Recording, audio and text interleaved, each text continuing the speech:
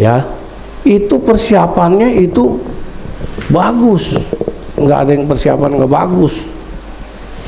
Nah makanya itu cobalah di sini saya kasih tahu supaya persiapannya itu bagaimana di Alkitab persiapannya. Imam dulu aja sampai pakai baju efod disiapin. Coba baca, disiapin pakai baju efod dan sebagainya. Jangan sembarangan. Jadi kalau sembarangan itu dulu mah kan nabi disebutnya. Kalau sekarang pendeta. Dulu nabi, nggak ada pendeta. Jadi yang ngajarin orang itu nabi. Nah kalau sekarang pendeta. Tapi kalau memang kita itu nggak mau dikatakan pendeta palsu atau nabi palsu, ya yang beneran gitu, ya kan? Oke, sekarang ini baca kita tentang permulaan penderitaan sih sebetulnya. Karena kita tahu sekarang kan zaman perang nih. Ya zaman dulu gua perang. Artinya Israel itu dari zaman keluar dari Mesir udah perang terus. Nah merdekanya aja 1948. Setelah merdeka pun dia perang lagi. Sampai sekarang perang terus. Nah di sini kita mau biar bagaimanapun kita kan udah ada tuntunan tuh dari Alkitab. Ya. Kalau kita kalau baca dari ayat ketiganya, ketika Yesus duduk di Bukit Zaitun, datanglah murid-muridnya kepadanya untuk bercakap-cakap sendirian dengan dia. Kata mereka, katakanlah kepada kami bila mana itu yang terjadi, apakah tanda kedatanganmu dan tanda kesudahan dunia? Jawab Yesus kepada mereka, waspadalah supaya jangan ada orang yang menyesatkan kamu. Nah, kalau sekarang ini, kalau saya yang bacakan sendiri, artinya nanti Bapak Ibu nggak baca firman. Firman itu sebetulnya makanan. Sekarang kita mulai baca ya, surah gantian ya. Jadi saya yang ayat yang ganjilnya atau Ibu atau saya genapnya, karena di sini saya kasih cuman dari ayat yang 6. Jadi saya baca mulai dari ayat 6. Tapi sebetulnya kita mau baca dari ini. Dikatakan begini ya, waspadalah supaya jangan ada orang yang menyesatkan kamu, sebab banyak orang yang datang dengan memakai namaku dan berkata akulah Mesias, dan mereka akan menyesatkan banyak orang. Nah, kamu akan mendengar deru perang atau kabar perang tentang perang. Namun berawas-awaslah, jangan kamu gelisah, sebab semuanya itu harus terjadi. Tetapi itu sebelum kesudahannya. Ayat 7-nya Ibu, Bapak. Sebab bangsa akan bangkit melawan bangsa dan kerajaan melawan kerajaan. Akan ada kelaparan dan gempa bumi di berbagai tempat. Akan tetapi semuanya itu barulah permulaan penderitaan menjelang zaman baru. Iya. Ya. Pada waktu itu kamu akan diserahkan supaya disiksa, dan kamu akan dibunuh dan akan dibenci semua bangsa oleh karena namaku. Dan banyak orang yang menjadi murtad, dan mereka akan saling menyerahkan dan saling membenci. Banyak nabi palsu akan muncul dan menyesatkan banyak orang. Dan karena makin bertambah kedurhakaan, maka kasih kebanyakan orang menjadi dingin. Tetapi orang yang bertahan sampai kesudahannya akan selamat. Dan Injil kerajaan ini akan diberitakan di seluruh dunia, menjadi kesaksian bagi semua bangsa. Sesudah itu barulah tiba kesudahan. Amin. Nah, kalau kita tekankan di sini, dan Injil kerajaan ini diberitakan di seluruh dunia menjadi kesaksian bagi semua bangsa. Injil itu sebetulnya sudah diberitakan seluruh dunia. Waktu di zaman Covid aja, itu tadinya kan orang nggak online, ya kan, semuanya onset ya, nggak online. Tetapi begitu pandemi, lalu nggak mau pada datang ke gereja, akhirnya online. Karena online, semua media menyiarkan, jadi seluruh dunia pada akhirnya mendengar firman Tuhan. Nah, termasuk di ayat 14 ini sudah digenapi. Nah sekarang kita takutnya kedatangan Tuhan. Nah, kita nggak mau kedatangan Tuhan, kita belum siap. Nah, maka di situ Tuhan disuruh waspada. Nah, karena kewaspadaan itu di ayat 4 dikatakan begini sebetulnya ya. Waspadalah supaya jangan ada orang yang menyesatkan kamu. Termasuk kita juga waspada sama nabi palsu. Yang ayat 11-nya kan nabi palsu. Ayat 11-nya dikatakan banyak nabi palsu akan muncul dan menyesatkan banyak orang. Nah, kalau sekarang nabi nggak ada, itu namanya pendeta. Pendeta bisa juga bisa jadi palsu. Nah, kita yang disuruh berawas-awas, ya kita harus mengerti. Maka dari itu kita harus bisa membedakan pendeta palsu sama pendeta yang nggak palsu. Jadi kita bisa bedakan itu. Saya nggak bisa mempaparkan di sini, itu nggak boleh. Tetapi kita di sini di Alkitab dikatakan nabi palsu. Karena nabi palsu itu sekarang kan nggak ada nabi.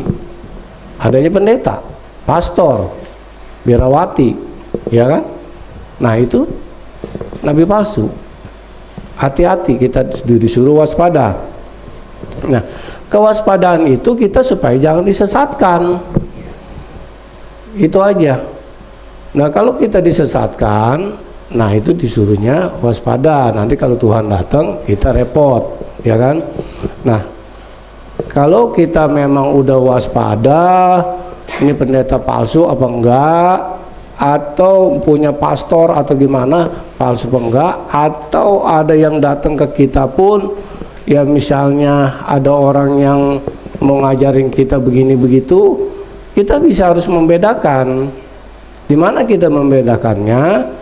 Ya di Alkitab itu sendiri. Sewaktu kita membaca Alkitab keseluruhannya, nanti kita bisa ngerti pendeta palsu apa enggak. Sewaktu kita datang ke gereja bertahun-tahun, setelah kita belajar di firman Tuhan itu, kita bisa membedakan. Tapi kalau kita nggak mau sama sekali belajar, kita sama sekali itu bisa disesatkan. Jadi ngikut aja apa kata dia. Nah, itu bahaya. Pada saat itu kita tersesat. Pada tersesat, akhirnya Tuhan datang, kita nggak bisa ngikut ke atas atau naik, ya. Lalu kita lanjutin Efesus.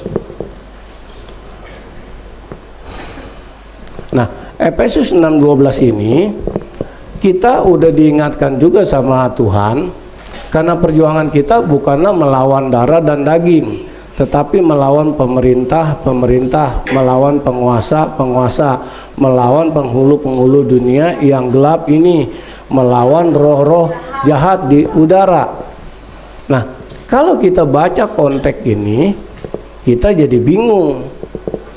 Kok kita harus melawan pemerintah? Kok kita juga melawan penghulu yang gelap, roh-roh jahat di udara, sedangkan kita juga nggak tahu udara mana yang ada roh-roh jahatnya. Nah, ya kan? Kalau kita baca konteks ini jadi kita bingung. Harus bagaimana membedakan roh-roh jahat di udara, penghulu dunia yang gelap, tetap melawan pemerintah, ya kan? Melawan penguasa. Nah, penguasa itu jadi bingung kan? Bingung kalau kita lihat, karena kita perjuangan kita bukan melawan darah dan daging, ya kan? Darah daging yang mana, ya kan? Kalau kita ngertilah darah daging berarti darah kita, daging kita. Nah, kalau kita lihat pemerintah, siapa pemerintahnya yang kita mau lawan? ya kan? Atau pemerintah sekarang seperti presiden kita lawan, ya kan? Atau memang kita ngelawannya dengan cara tidak mau membayar pajak, atau mungkin kita misalnya naik motor ada lampu merah kita lawan terus, kita terajang. Nah ini, jadi kenapa kita harus bisa membedakan? Bagaimana pertanyaannya? Yang jelas kita harus baca Alkitab. Alkitab itu dibaca, nanti kita ngerti. Nah, kenapa ada roh-roh di udara yang jahat? Karena memang roh-roh itu seperti bisik-bisikan. Nah, kita ada yang berbisik, misalnya teman dia ngomong begini, kita hidup susah, bagaimana nih kita di dalam pekerjaan, kita curi itu barang, kita jual. Nah itu roh yang jahat di udara, karena kita mengucapkan berudara. Nah lalu bagaimana kita harus korupsi? Nah kan, roh yang jahat itu justru jangan sampai menyesatkan. Kenapa harus kita tahu membedakan? Semuanya dari firman Tuhan itu sendiri. Pemerintah yang mana? Kan gitu. Ya kita lanjutin. Di Keluaran ya. Nah, kalau kita memang udah mengerti tentang semuanya, ya kita pegangannya ke 10 firman aja sebetulnya, supaya kita juga tidak tersesat di dalam hal apapun yang kita belum mengerti. Karena banyak yang menyesatkan kita pada umumnya, ya segala sesuatu Tuhan itu bisa dikalahkan sama uang. Terkadang orang bikin uang itu menjadi Tuhannya, uang itu jadi berhalanya.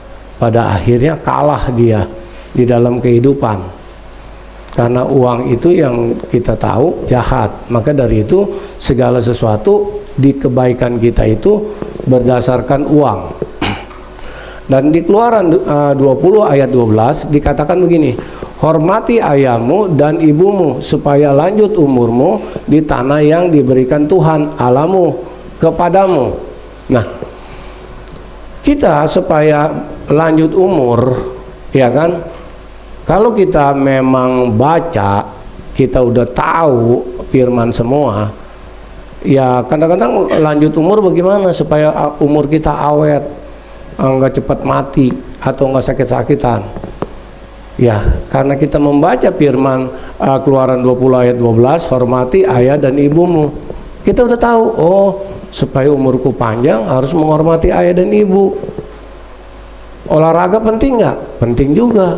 Tapi olahraga nggak bisa membuat buat kita umur panjang. Sebetulnya kalau kita udah menghormati ayah dan ibu supaya lanjut umurmu, kita udah menghormati walaupun nggak olahraga, hanya bekerja aja. Sepatutnya kita bekerja, kita udah umur panjang karena kita udah tahu. Nah, yang supaya keadaan kita baik itu karena kita udah menghormati ayah dan ibu, rezeki kita juga banyak. Nah, karena rezeki kita banyak, keadaan kita baik. Kalau keadaan kita baik, artinya enggak sengsara, enggak menderita. Baik. Namanya baik itu kecukupan. Ya kalau berkelimpahan ya bersyukur, enggak berkelimpahan pun bercukup. Nah, sebetulnya di dalam kekristenan yang saya pelajarin, justru orang harus berpikir jangan sama dunia ini. Artinya kita orang-orang dunia ini mengejar uang, kita harusnya terbalik. Jangan mengejar uang, jangan berpikir ke situ, jangan serakah. Segala sesuatu kita percaya sama Tuhan. Tuhan enggak seperti itu jadinya. Kalau dunia kan fokusnya uang. Nah, nabi palsu disebutnya itu dia ngejar uang, ukurannya uang. Kalau yang kaya dikejar sama nabi palsu itu, yang miskin di masa bodohin. Padahal Tuhan ngajarin, ya, guru kita ngajarin Yesus Kristus. Enggak ada tuh Sakius yang kaya dijadiin muridnya, enggak. Nelayan yang susah, yang dapat ikan besok dijual buat makan doang, dia pilih jadi murid-muridnya. Enggak ada tuh diparanin misalnya sudagar mana gitu, atau oh kamu jadi raja ya, banyak duit ya udah saya jadiin murid. Enggak. Nah, guru kita mengajarkan begitu, jadi kita juga sebagai murid-muridnya atau sebagai jemaat, sebagai anaknya, kita lihat bapak kita modelnya begitu, guru kita model begitu, nabi kita modelnya begitu. Jadi kita, pola pikir kita harus begitu. Jadi mengejar hidup kesederhanaan, ya, bukannya artinya kesederhanaan itu baju rombeng masih dipakai, bukan. Kesederhanaan itu enggak berpoya-poya. Ya, baju harus bagus, menghormati misalnya Tuhan, kayak seperti kita pakai baju yang udah harus dilakukan. Karena zaman dulu Nabi pakaiannya bagus, berjubah panjang, aksesorisnya banyak, nggak ada masalah itu. Nah, yang artinya untuk hidup sederhana itu tidak berpoya-poya berkelebihan. Ya, misalnya makan daging aturan cukup sekilo, dia 5 kilo. Ya, itu kan artinya berkelebihan. Ya kan? Aturan misalnya pakai gincunya merah doang, dia bisa pakai 5, merah, kuning, hijau. Ya kan? Berkelebihan. Makanya nggak boleh. Jadi semua yang berkelebihan itu nggak boleh. Dari kita harus coba pandang, kita harus hidup sederhana, nggak mengejar uang dan biasa-biasa aja. Justru itu yang benar. Kalau kita nggak mengejar uang, uang yang mengejar kita. Jadi terbalik, kalau kita kejar dia, dia lari. Mengejar kekayaan pun dia lari, bukannya datang. Ngejar cewek juga sama, jangan dikejar tuh cewek. Gitu. Kalau cewek kalau dikejar dia lari, so jual mahal kan gitu. Kalau bagi yang jomblo sama, cewek juga kalau ngejar cowok jangan dikejar-kejar. Kalau kejar-kejar dia belagu, biasa-biasa aja. Nyantai hidup mah. Jadi segala sesuatu kita bisa lihat, segala sesuatu ajaran itu bagaimana yang Tuhan berikan. Kalau Tuhan memberikan suruh hidup sederhana dan memang tidak memikirkan dunia ini, kegelapannya segala macam, justru Tuhan melihat itu kita udah pinter berarti. Kalau di dalam pekerjaan pun nggak usah mikirin begini begitu. Banyak yang mikirin akhirnya pengen kaya apa tuh, buru-buru akhirnya malah dapat pecatan, dipecat. Karena dia pengen kaya, buru-buru, akhirnya korupsi. Nah, disinilah kita jangan seperti itu. Nah, kalau kita udah nggak memikirkan tentang dunia ini, kita selalu memikirkan tentang sorga, pada akhirnya ibadah pun sungguh-sungguh, ya kan? Melayani dengan sungguh-sungguh, segala sesuatu dipersiapkan dengan sungguh-sungguh, karena kesungguhan itu di mata Tuhan, jadi semuanya baik. Nggak ada yang ceritanya dengan instan, nggak ada. Apapun jadi besar, apapun jadi hebat, itu karena kesungguhan dari kecil dulu. Begitu.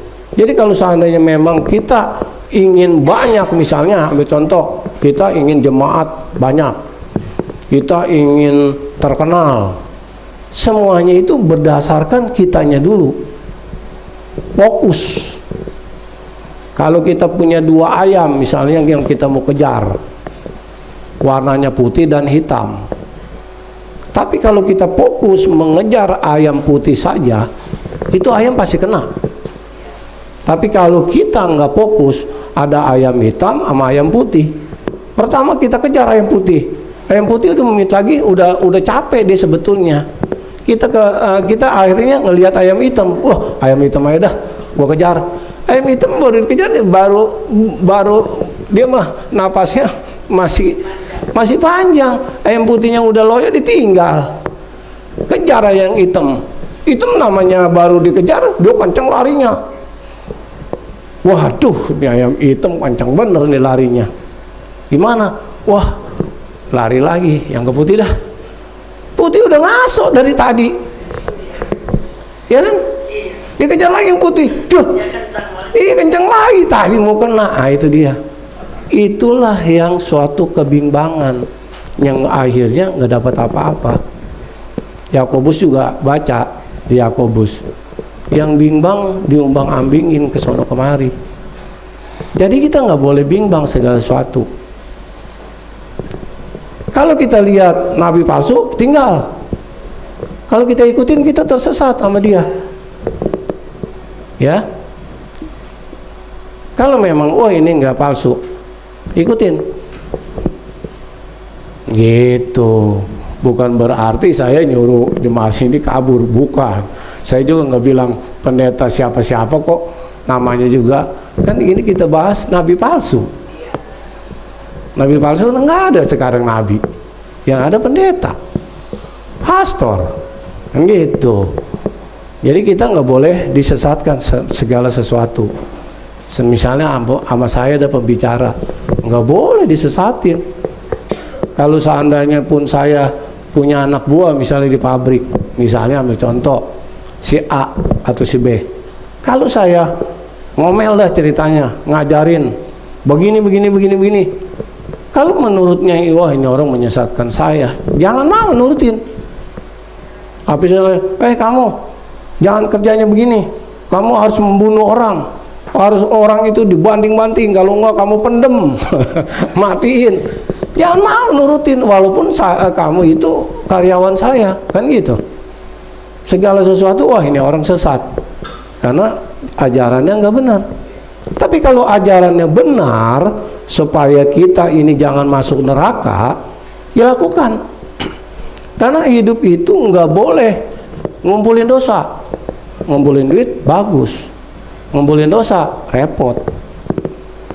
Karena yang saya tahu, ya masih saudara lah, kehidupannya nggak bener, orang tuanya dilawan, ya kan, nggak mau bekerja, dikasih tahu masa bodoh, sekarang lumpuh, nggak bisa jalan,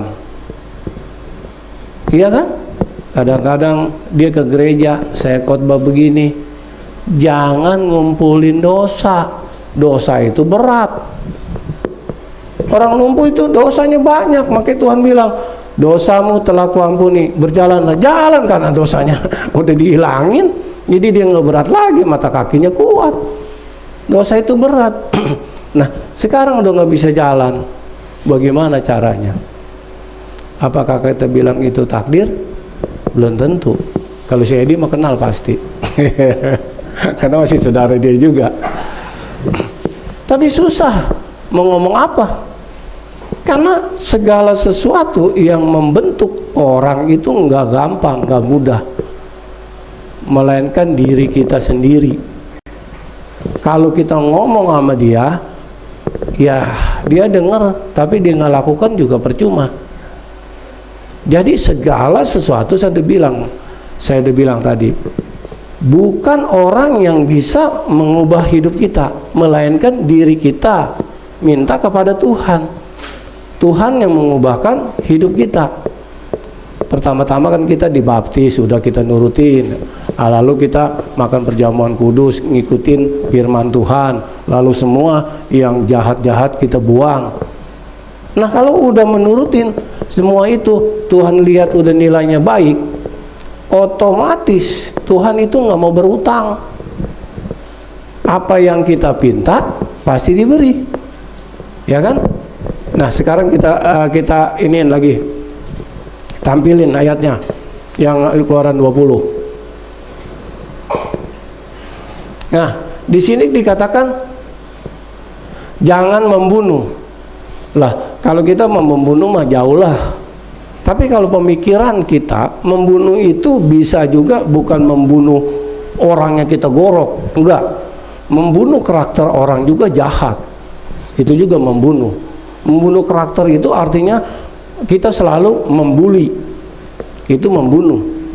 Membuli orang, misalnya orang itu ganteng kita bilang jelek, itu juga udah membunuh. Oh, kita katakan jelek, dia jadi minder. Itu membunuh karakternya. Itu juga nggak boleh. Membunuh itu artinya juga banyak, bukan membunuh orang langsung krok, bukan. Itu juga, ya termasuk itu juga artinya. Jadi nggak boleh membunuh kita. Nah, berzina itu bukan kita harus istri orang kita gaulin doang, ya itu juga berzina. Kita menyembah bukannya Tuhan, itu pun disebut berzina. Jadi berzina itu banyak. Kalau kita misalnya kita itu menuhankan uang, karena uang yang selalu kita nomor satuin, itu sudah berzina. Karena uang itu menjadi berhala kita. Nah, Tuhan enggak mau kita berzina. Artinya enggak mau menjadi dia diduain. Kita harus menyembah Tuhan. Nah, kalau kita udah menyembah Tuhan, tidak berzina, ya kalau mau perempuan juga termasuk berzina ya. Kalau memang menghambakan uang itu menjadi Tuhan kita dan kita menjadi hambanya, itu udah berzina. Dan kita menyembah berhala, misalnya patung, pohon besar, itu juga berzina. Jadi kita jadi berzina itu luas. Yang menyimpang daripada Tuhan, kita udah berzina. Nah, janganlah hati kita menyimpang daripada itu, supaya kita dikatakan jangan berzina. Lalu jangan mencuri. Mencuri itu bukan berarti kita, memang mencuri itu mengambil barang orang, ya, itu juga mencuri. Tetapi kalau kita menerima gaji tapi nggak ada hasil kerjaan kita, itu termasuk mencuri. Karena kenapa kita dianggap termasuk mencuri? Karena begini, sewaktu kita bekerja tanpa ada hasil pekerjaan kita, kita dianggap mencuri, yaitu dia. Karena orang tersebut bisa rugi gara-gara kita, ya kan? Tapi kalau kita bekerja menghasilkan sesuatu itu dijual, dan dijual itu dapat untung, dan untung itu juga buat gaji kita udah nggak mencuri. Terus misalnya kerjanya main-main, jam 12 atau jam 1 istirahat, dia sebelum jam 12 aja dia udah istirahat, nyumpet, itu juga sama. Nah, itu nggak boleh seharusnya bagi anak Tuhan. Kalau menurut saya, nggak boleh kita sedikit pun mengumpulkan dosa. Karena dosa itu kalau kita kumpulin lama-lama berat, lama-lama kita bahaya. Karena dosa itu upahnya maut. Lalu kalau kita nggak mencuri juga, ya, ngelihat ada orang yang mencuri, lalu kita masa bodoh, itu dosa juga. Karena mata kita udah melihat, dan kita nggak mau melakukan, nggak mau menggagalkan orang mencuri itu, kita udah jahat di mata Tuhan. Karena kamu melihat, kenapa kamu nggak mau menggagalkan orang itu? Nanti mata kita bisa jadi buta. Coba kalau seandainya kita melihat, lalu kita gagalkan orang yang mencuri itu, kita udah menyelamatkan 2 orang. Orang yang mencuri tadinya jahat, iya kan? Kalau mencuri nih, tak kita biar.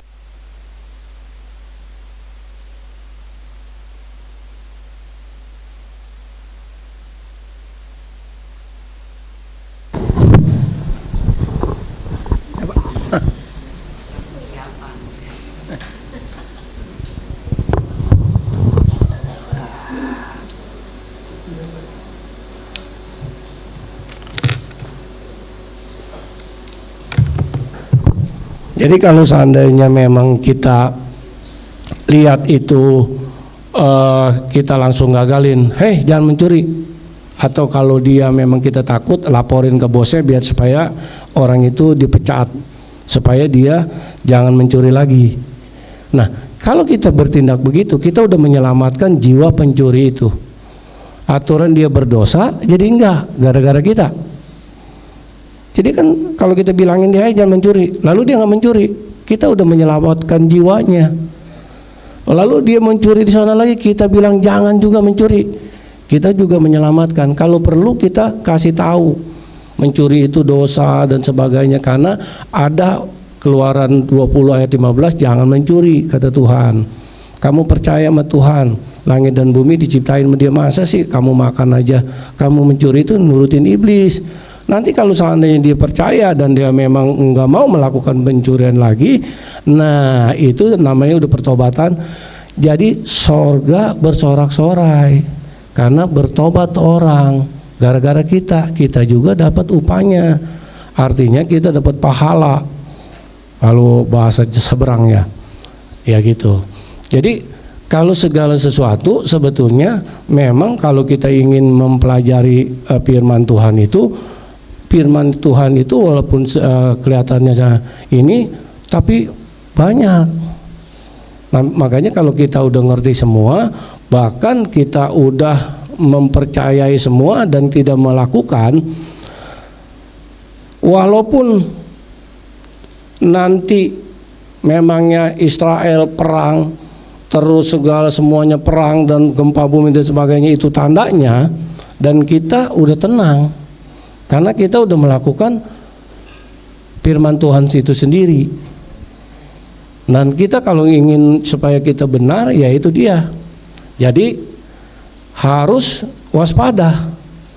Jadi kalau kita udah ada perang, kayak bakal jadi kelaparan kayak entar karena Timur Tengah ladang minyaknya pada dibomin, entar BBM naik, lalu nanti semua melonjak tinggi, barang-barang seperti sembako, tapi kita yang bersama Tuhan, kita dipelihara karena kebenaran tadi. Jadi semuanya kita harus jadi benar, jadi orang. Kalau benar, saya yakin tidak akan ada kelaparan di kita. Kebenaran itu yang memerdekakan kita, karena Tuhan akan datang. Memang nanti ada sesuatu kelaparan memang. Kalau memang nanti Tuhan ada mau datang, diuji kita, ditampi. Kalau kita sekam, ya kena kebuang.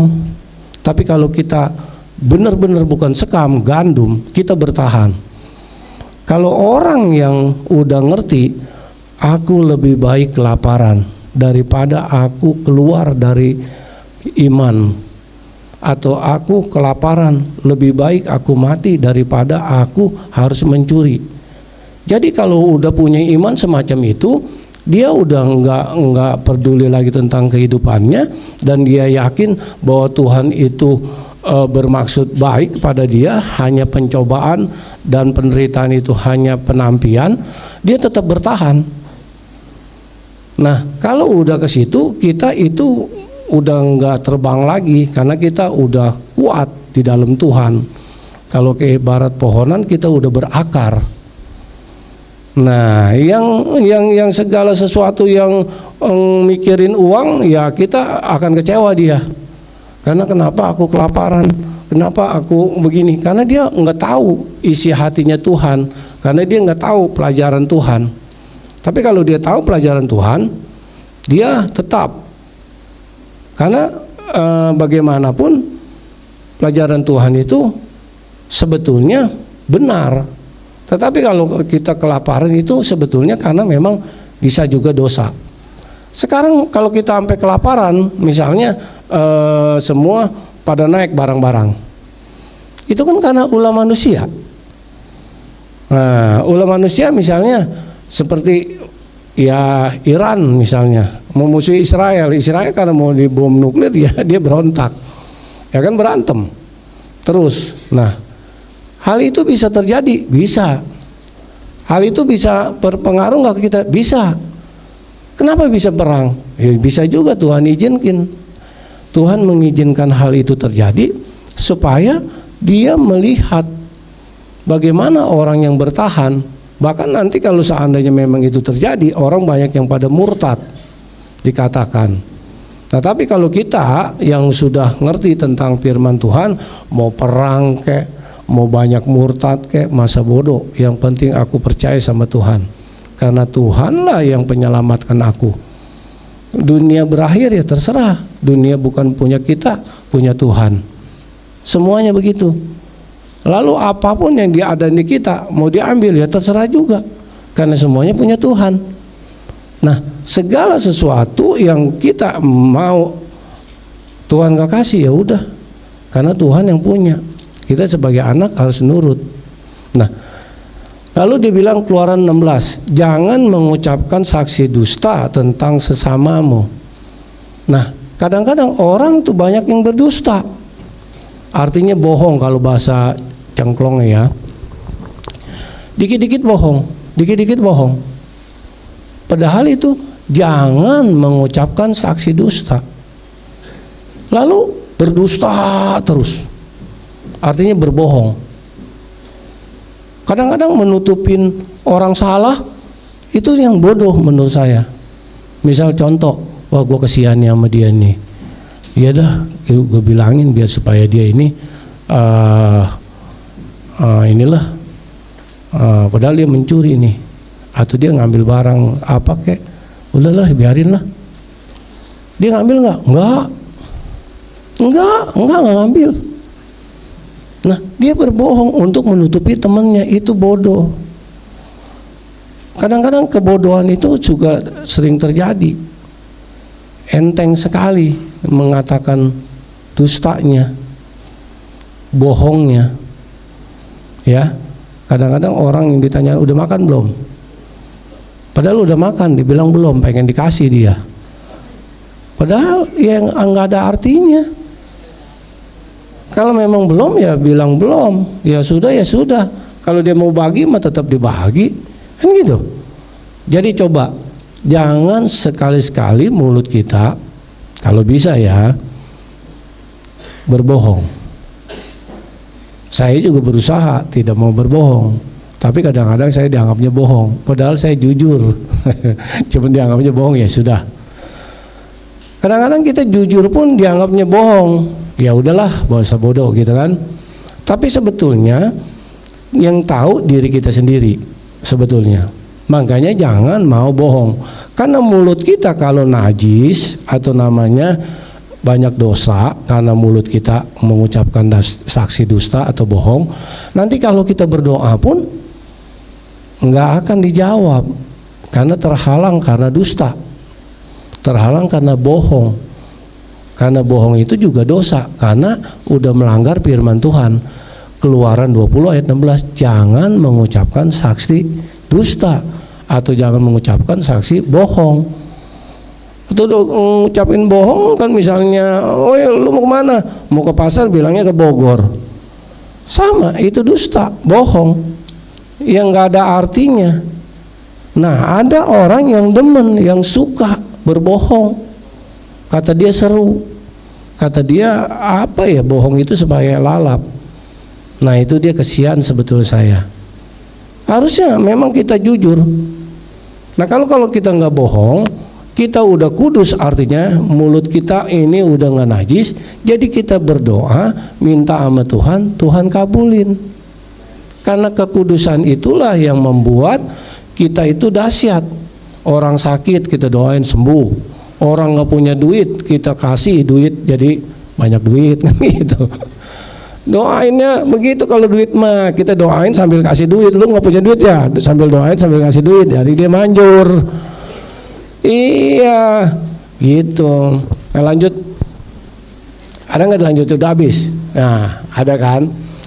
Keluaran 20 ini, jangan mengingini rumah, jangan mengingini istrinya atau hambanya laki-laki, hamba perempuan atau kelembunya atau keledainya. Nah ini kita nggak boleh mengingininya.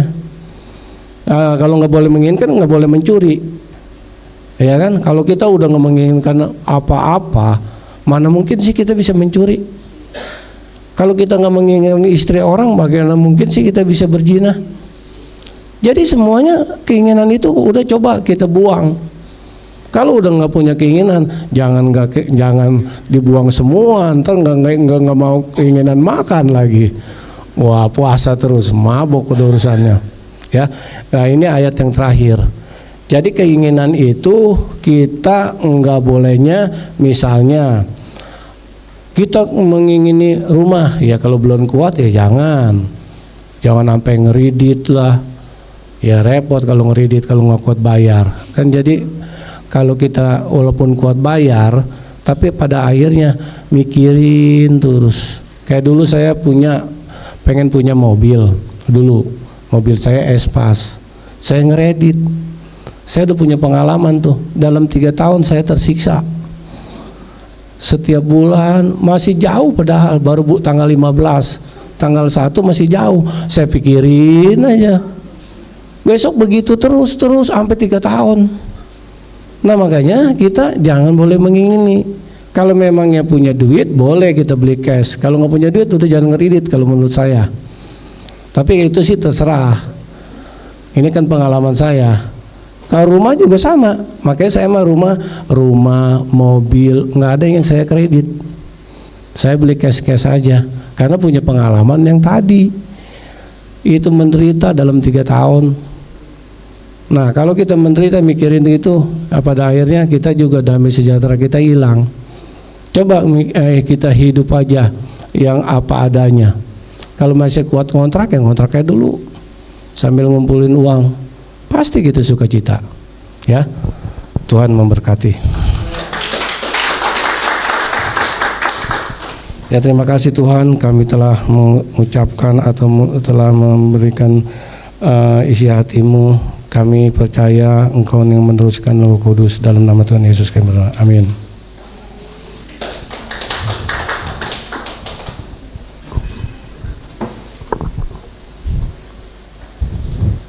Bapak Pian boleh masih tetap berdiri menghadap jemaat. Mari Bapak Ibu kasih Tuhan, kita mau sama-sama kita berikan senangnya kita buat Pak Pian. Pak Pian boleh menghadap jemaat. Ya. Mari sama-sama kita katakan, terima kasih Bapak Pian untuk berkat firman-Nya. Tuhan Yesus memberkati. Sekali lagi terima kasih Pak Pian untuk kebenaran firman-Nya. Biarlah Tuhan terus memakai Pak Pian dengan luar biasa, diberkati keluarga, diberkati usahanya. Tiba saatnya kita akan memberikan yang terbaik buat Tuhan. Nanti dengan kasih Tuhan, yang doa persembahan boleh maju ke depan, dan yang menjalankan kantong persembahan.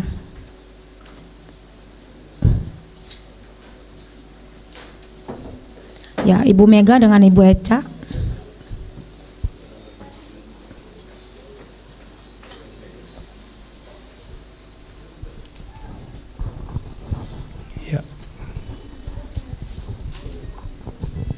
Yuk mari kita bersatu dalam doa. Bapak yang baik yang kami sembah dalam nama Tuhan Yesus. Bapak, sebentar kami boleh mengucap syukur bila saat ini kami boleh menikmati pujian penyembahan daripada kami untuk-Mu Tuhan. Dan sekiranya kami juga boleh menikmati rema dari firman-Mu di hari ini Tuhan. Di ibadah kali ini Tuhan, tiba saatnya kami akan memberikan persembahan. Bapak,